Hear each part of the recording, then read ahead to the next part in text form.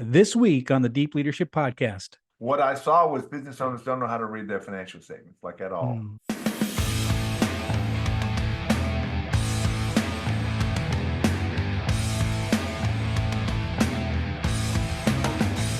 This episode is brought to you by the Salty Sailor Coffee Company, the official coffee of the Deep Leadership Podcast. Salty Sailor is a veteran-owned coffee brand on a mission to deliver premium, fresh roasted coffee while making a positive impact in the world. Their motto is drink coffee and do good, which reflects their commitment to making amazing coffee and actively supporting the military community.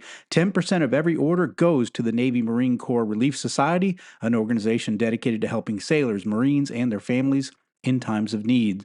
All our listeners get 10% off every order of their amazing coffee by using the discount code DEEP at checkout. So check them out at saltysailorcoffee.com.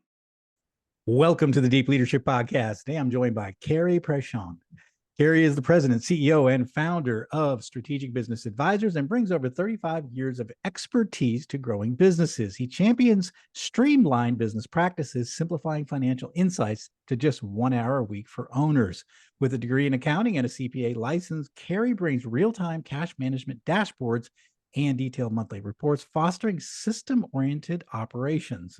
A strategic visionary in long-term planning, he's guided countless businesses in personal growth, effectiveness, leadership, and team dynamics. And I'm excited to have him on the show to learn from his expertise. So, Cary, welcome to the show. Oh, well, thanks for having me, John. I'm glad to be here. Yeah, it's a pleasure to meet you, and I'm excited to talk about the work that you do. But first of all, tell us a little bit about what inspired you to start the business that you're in and do the work specifically that you do. Right. Well, going back originally, this is going back into the 80s.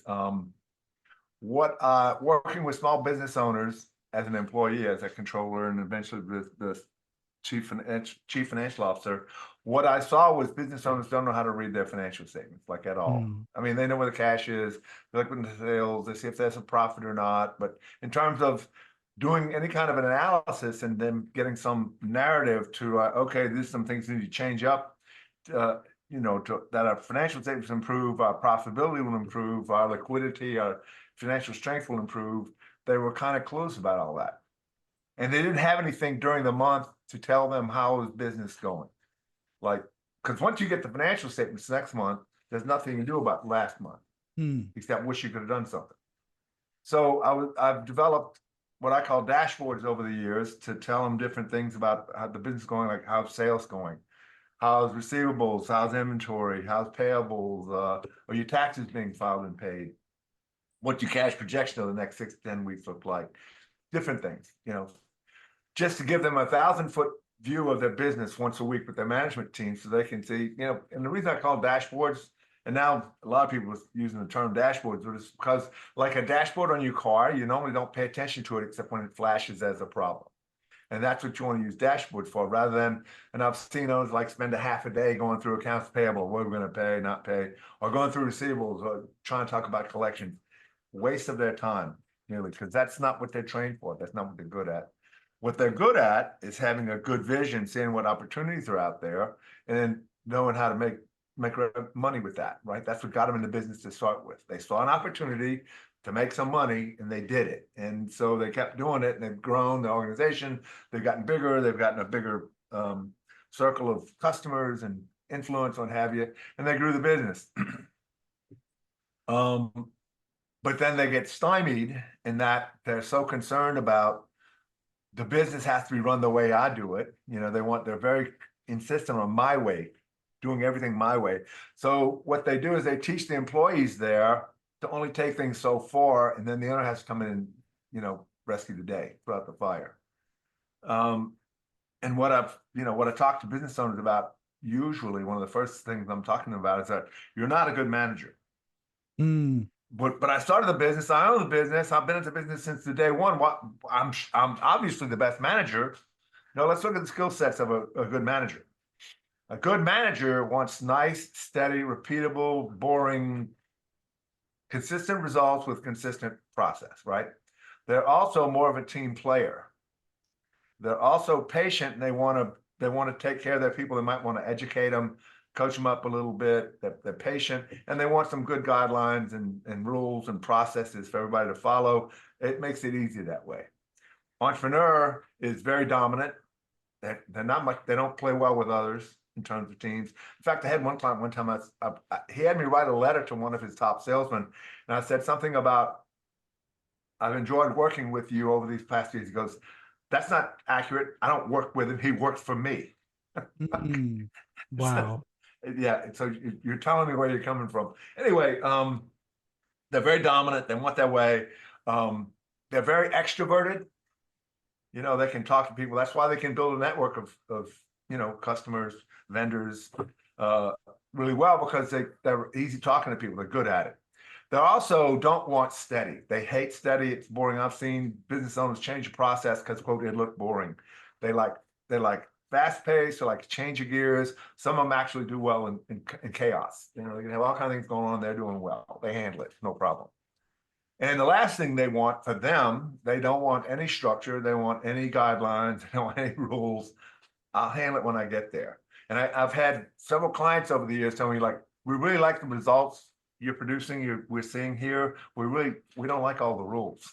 Mm. Well, it's the rules that are producing the results. Anyway, so the thing is like, well, I don't want to not do anything in my company, but yes, that's where we need to get to where you have very little interaction with the company, because your skills demand that you go do this visionary revenue generation by yourself, and you're not a good manager. So let's build some processes. Let's get some managers who can make sure the employees follow the processes, and then the thing will work for you. Because right now you're working for it. You're working for the business. You're probably working 80 to 100 hours a week. Can't take extended time off. You're frustrated because your employees, quote, just don't get it. That makes sense. So, and everybody talks about, oh, I want a next level business. I want to take my business to the next level. What does that mean? And most people say, well, a lot more revenue, latest, greatest stuff. We're number one in our business and the territory and in our market. And actually, here's my definition of next level business. It's a business that now works for you, the business owner, because you become the leader that leads your company to that next level, rather than you going to be the manager that manages that next level. You're not going to manage the next level because you're not that good a manager. You can have managers that manage the company, so it works for you, provide you. And the other thing that's going to happen is as you spend more time doing the visionary revenue generation, then your revenue is going to go up, your profit should go up, your cash flow should be better, right? So you need to become the leader that takes your business to the next level. Does that make sense? Yeah. You're not going to manage it there. You're going to lead it there. So what does it take to be a leader, a good leader? That's a good question. Most people assume, you say the word leader and everybody has kind of their own idea of it. What does it really mean to be a good leader? And nobody asks that question. So, some first thing you want to do if you're a leader, if you think you're a leader, look behind you and see if there's anybody following. Yeah. Employees don't count. They're there for a paycheck. And I'm not saying your employees can't be a follower of whatever your vision is, but if they're there just for a paycheck, as in most companies, they're not really followers. They're, you can almost, here's a different way to look at them. They're mercenaries. They're there to do a job and get paid for it. So what makes a leader? My experience is a leader has a mission or a vision that's actually bigger than themselves. And it includes bringing in people to the mission, because it's going to take more than just the leader to accomplish the mission. That makes sense? So you have to have a mission that is seductive enough to want that other people want to enroll in your game and your mission. And they're going to want to follow you, and they're going to be committed to having the mission completed, not necessarily following you, but they're committed to the mission. That makes sense? I mean, if you look in the military talks about everything in the mission. If you see these pre-combat things where the captain or whoever's talking to the troops, it's a good mission, it's a moral mission, those are the enemy, they've done some bad things, we're going to go there and we're going to do these different tactics and we're going to take the enemy out, right? But they always talk about mission. So that's what the business owners don't do. They're used to transactional relationships where I pay you, therefore you do what I say, and you're going to do it my way. And and this is the thing we're working towards. So, and this is your place in the organization. I have a relatively new client. I've been working with a few months, and he's learning to step back and not everything my way. But the hard thing for him to get is that your vision of your company, when you talk to your managers, needs to include, and this is where I see you going. This is where I see you're part of the vision. This is what you're going. I envision you being the general manager someday. I envision you being the whatever, the chief financial officer one day. I see y'all two running the business for me, so I can go off and do the visionary thing and create revenue. This is, in other words, what is that part of the mission that they're going to become engaged? What they say, what I like is empowered. Engaged is one thing, empowered is a whole nother level. Hmm. So how do you empower your employees to actually want to be part of your mission? And again, it's the way you empower them to be part of your mission is the way they get to empower people who report to them as part of the mission. Does that make any sense?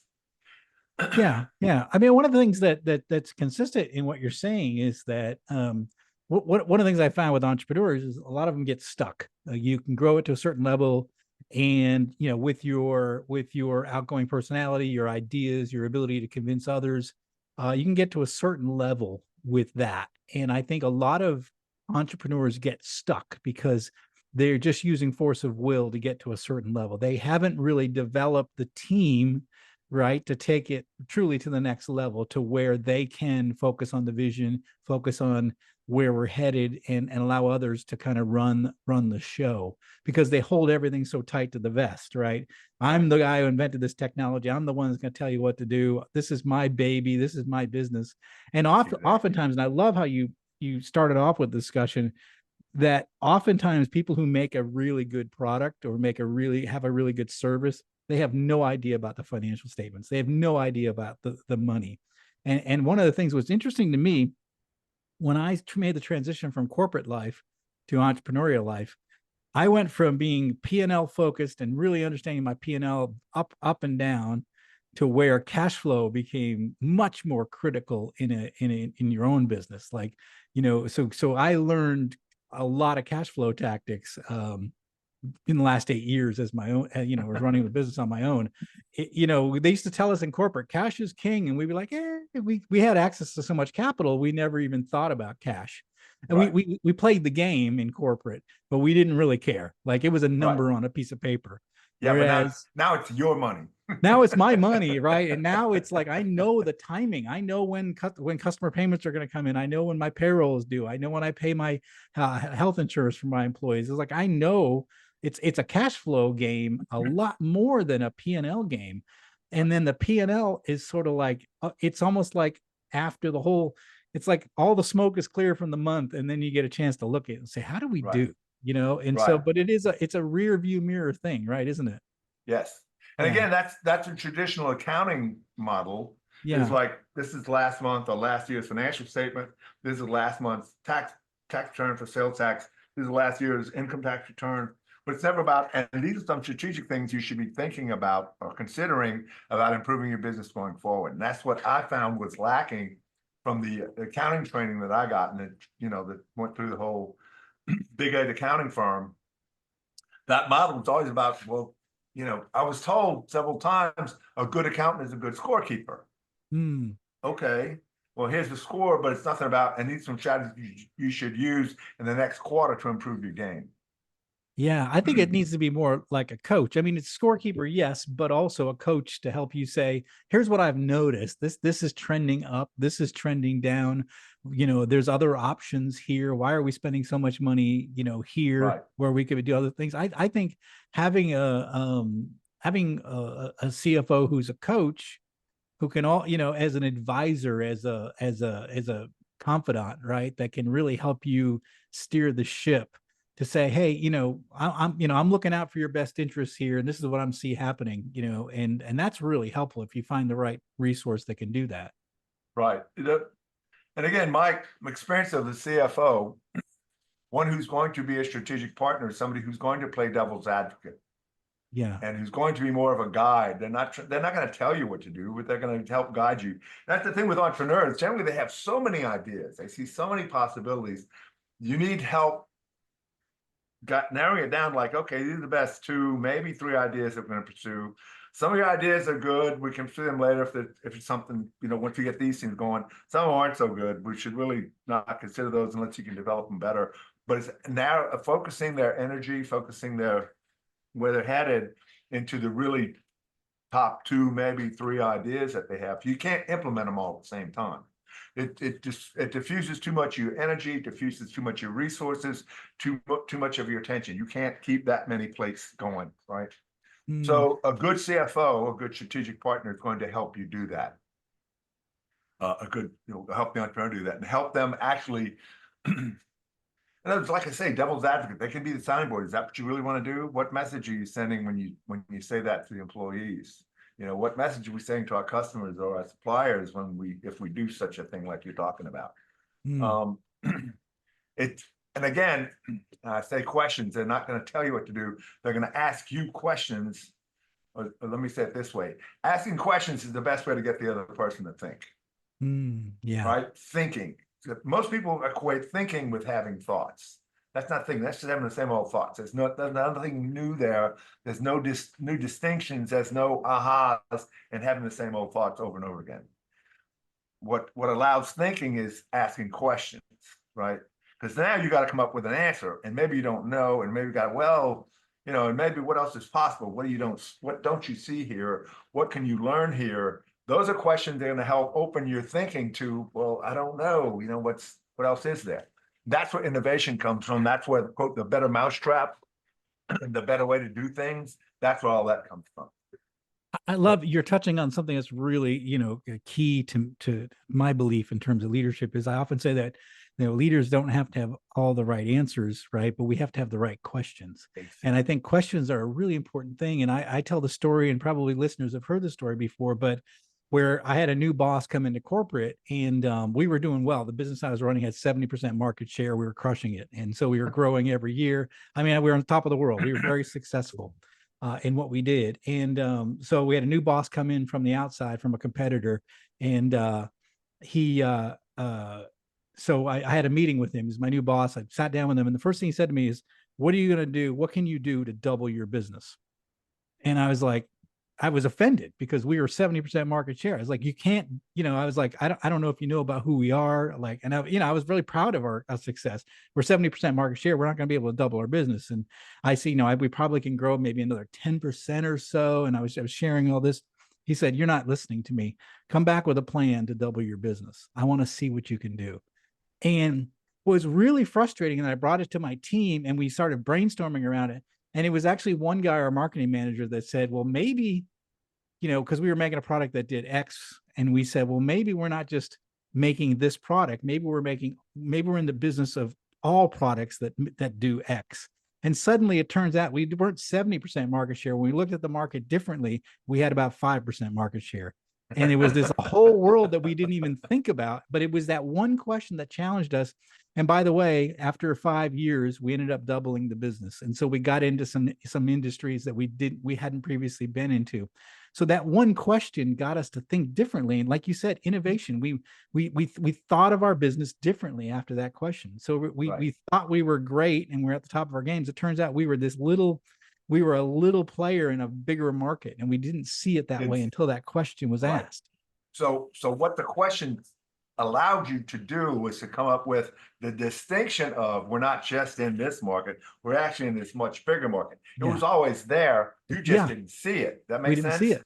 And that's the power of distinctions. Distinctions allow us to make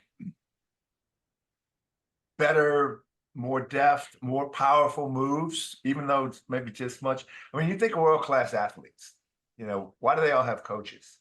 Because you can't see yourself in the middle of performing. That's why, right? They can see you. They generally have a lot more experience with the game or the sport. So they know some things you don't know in terms of strategy and tactics. They can look at your performance and say, look at somebody like Tiger Woods. He has a strength coach, a swing coach, a health, whatever, physical fitness coach. He's got his coaches in it. Just trying to. I remember when he first came out, they were trying to get him to change his swing a little bit, and it didn't ruin his game, but he wasn't playing as well until he learned how to do the different swing. Same thing with Michael Jordan, right? Phil Jackson excuse me, the Bulls had won what, 2 NBA championships in a row. They'll come back and they're talking 3-peat. Well, Bulls organization was talking about, well, we might want to get rid of Phil Jackson, right? Michael Jordan came out and said, if Jackson's not back, I'm not back. And what it shows you is somebody as elite an athlete, I mean, world-class athlete, Michael Jordan, he got the value of a really good coach. Phil Jackson got him to those 2 national NBA championships. We're not going to throw him out now. Are you crazy? Yeah. You know? So, yeah, but it's because Phil Jackson had some distinctions.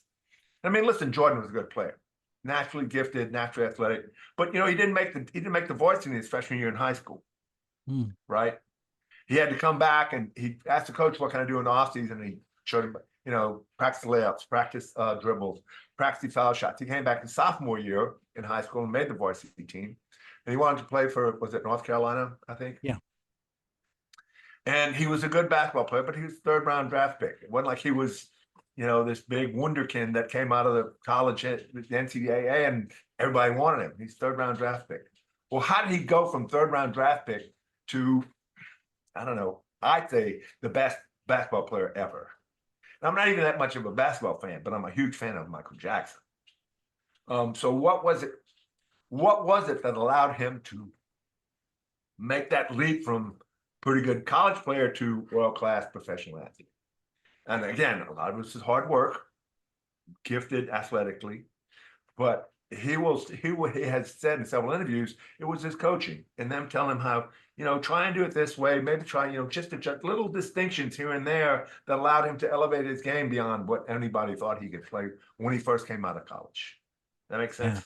Yeah, it does. And I really, we've talked about on the show, I really believe that if you're in a leadership position, it doesn't even matter what level you're at. I think having a mentor or a coach is really critical. It certainly was successful for me. It helped me sort of, especially my first major leadership role where I was running a plant, having someone that I could talk to and bounce ideas off of and have them challenge my assumptions. That was critical for me to reach a high level of performance, which elevated my career. So I highly recommend that leaders have a mentor or coach, and Right. and I love it. I love it if you can find somebody that's outside your chain of command that you can just be, have, talk to in confidence, and someone's going to challenge you and help you think through some of the issues in business, because you can't do it all alone. I don't care how talented you are and how smart you are and how you've got the greatest widget in the world. You still need a coach. I love the fact that one of my favorite drummers, Neil Peart of Rush, who passed away, he was considered one of the best rock and roll drummers in history, and he was still taking drum lessons up until the day he died. So, wow. And so he was always working to get better. We as leaders can always be working to get better. And I think that having a coach will challenge us, and and so that we make sure that we're not, breathing our own fumes. So we've got, and we think we're very full of ourselves, right? So, and the story you told about the guy who challenged you on what are you going to do to double your business reminds me of a client I had. It goes back 2015. I was nearing the end of working with this client because he had really grown, and I was in the process of helping him find a new CFO. And one of the things I had been talking about, I said, you've got this, I forget, 20-something acres in Houston, right near the ship channel, right near Interstate 45, some major transportation hubs. And you've got this antiquated block plant. You're making cinder block. You're doing about $100,000 a month in revenue, and you're breaking even. I said, and that piece of property is worth, I don't know how many millions, right? Yeah. Said, so you have an undervalued asset. What else can you do with it? Well, he thought an answer was not in questions. So he started harping on his COO, make the block plant in Houston more profitable. We're breaking even. We've been doing it for years. What's wrong with you? Get the production up, get the prices up. Well, you couldn't produce anymore because it's producing maximum. It was an old block plant he had bought years before. You couldn't get the prices up because everybody and his blue-eyed cousin made cinder block in Houston. You were limited. You raised prices, you wouldn't sell anymore. So it got, every week when I would attend the executive committee meetings, it got more and more heated. The owner chewing on the COO. Why aren't you doing anything with the block plant in Houston? Prejean keeps telling me how it's an undervalued piece asset, and you're not doing a damn thing. So I talked to the the VP of engineering and said, "Is there anything we can make there that's not being made? Anything we can make that would like make a difference without it being?" He said, "Well, there's this product we get out of the UK, and when we order it, that's when they get this raw material together to make the stuff, and it takes weeks to send it over on a boat." And there've been a couple of instances where we had to pay airfare to get this stuff brought in here. It's very expensive, but our margins on it are about 40%, which for that industry, they're in construction materials, was about 10 to 15%. So 40% was like knocked out. So I said, okay, get me the numbers together for that equipment to make that product here, and what kind of a housing you want to have in it. So he comes up with this number to get this extruder machine to make this material, and he proposed a 45,000 square foot warehouse to house the material as well as the extruder. And I think at the time it was gonna be, I don't know, 4.5 million, 5 million. So I went to the owner and said, "Look, this is what can be done with the Houston property. We can put this up." He said, "Well, I don't have that kind of money." I said, "No, we can get a loan for it." He goes, I don't like talking to bankers. They might ask me, something about financial statements. I'm not. So I said, "I'll put a loan package together. I'll go talk to the bankers for you." They knew me. I've been working for them for over 10 years. So I put a loan package together, went and saw the bankers, the head of the bank and one of the senior VPs, and they approved the proposal while I was in the room. Right? So we went back and I worked with the engineering VP to where the court building the building and getting them to fund the construction loan. Finally got it all together. They got the extruder machine up and running. They had a specialist come in from the UK that had worked for this company, made sure it all ran right. And I saw the engineering VP a couple of years ago. He had been moved up to chief operating officer of the whole company. I said, "So how's the extruder? How's Houston?"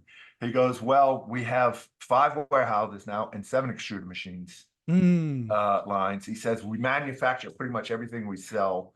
We're distributing things to South America, the Middle East, Asia." And he said, "And we're getting through some, what do you call it? Bureaucratic difficulties, I guess, in Europe, for the lack of a better word.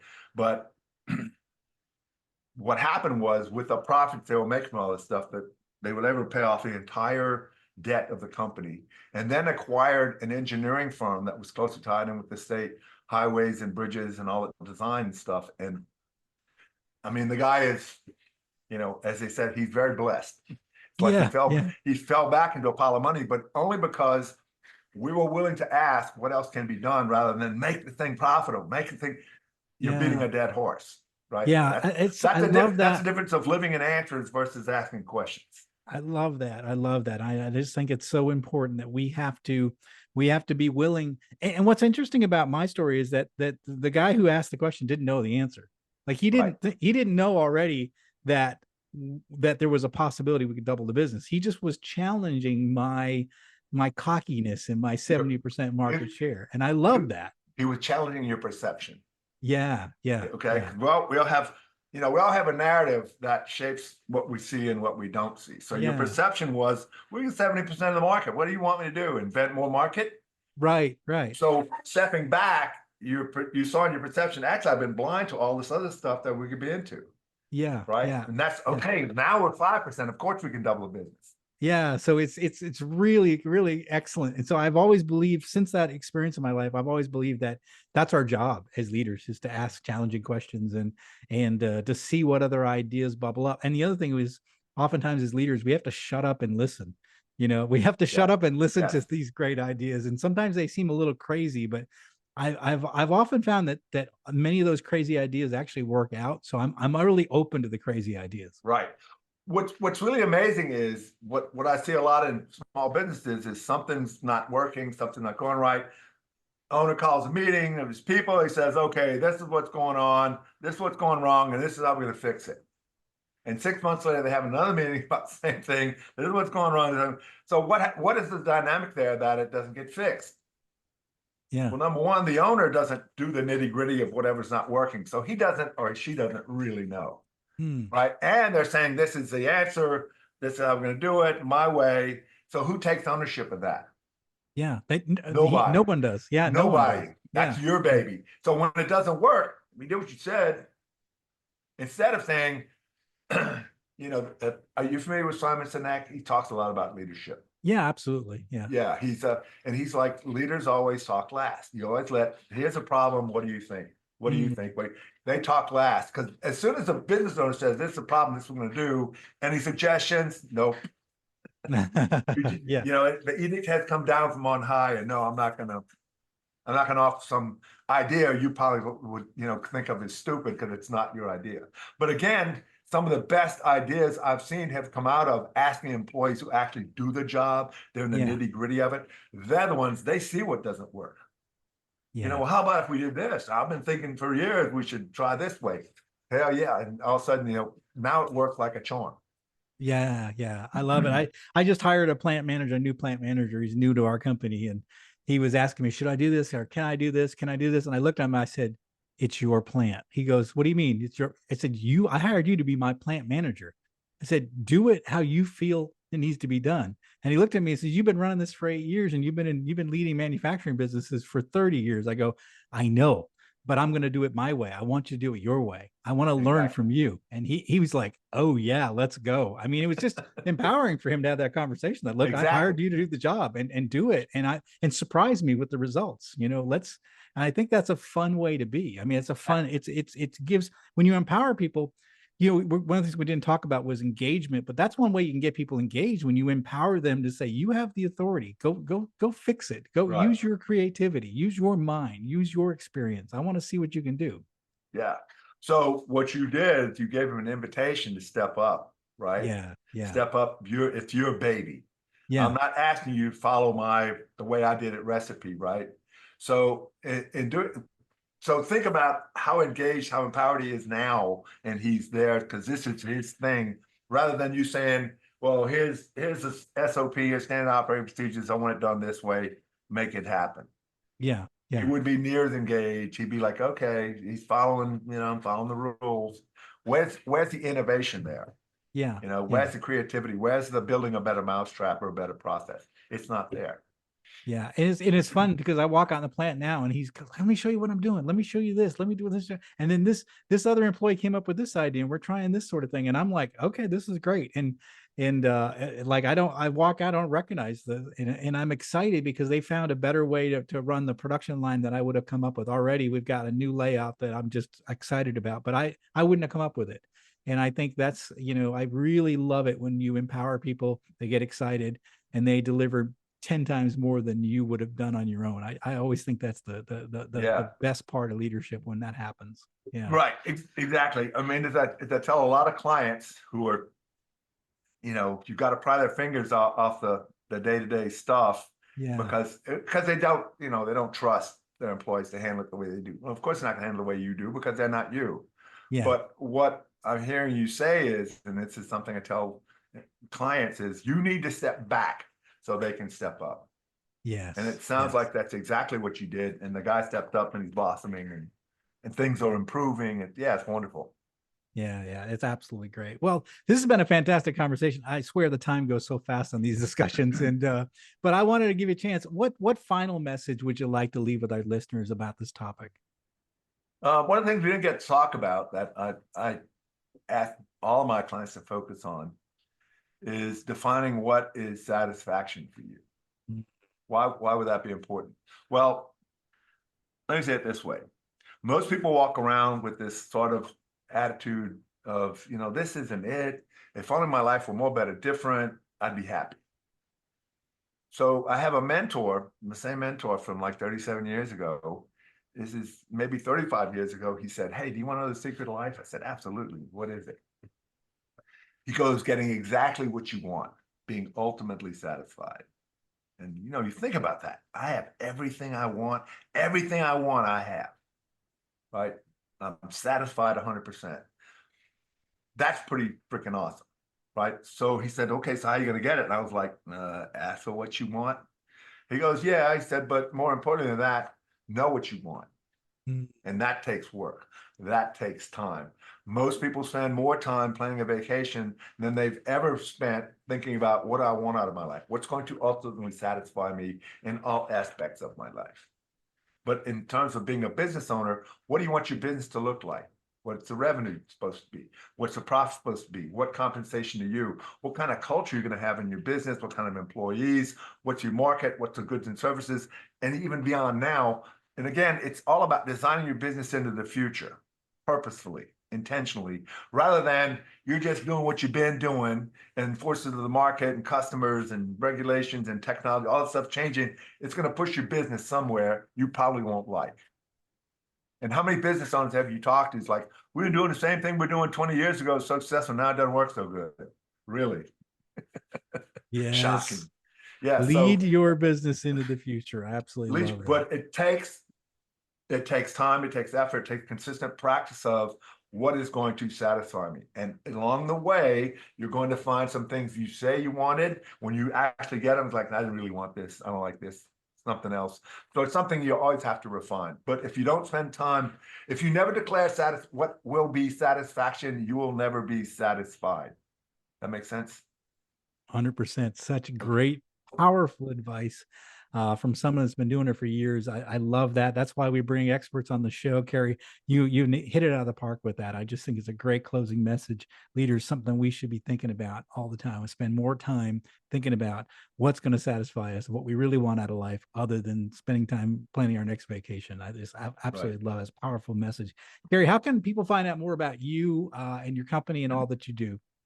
Well, you can find me on LinkedIn. I have a page there. Better yet would be to find my website. It's Strategic Business Advisors, plural.org.org.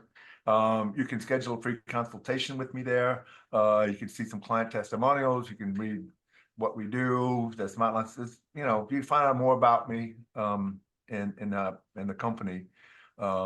There. And like I said, if you're interested, I'd love to sit down and have a free consultation with you for an hour. Just talk about your business, what's working, maybe what's not working, where you want to head. So let me say it this way.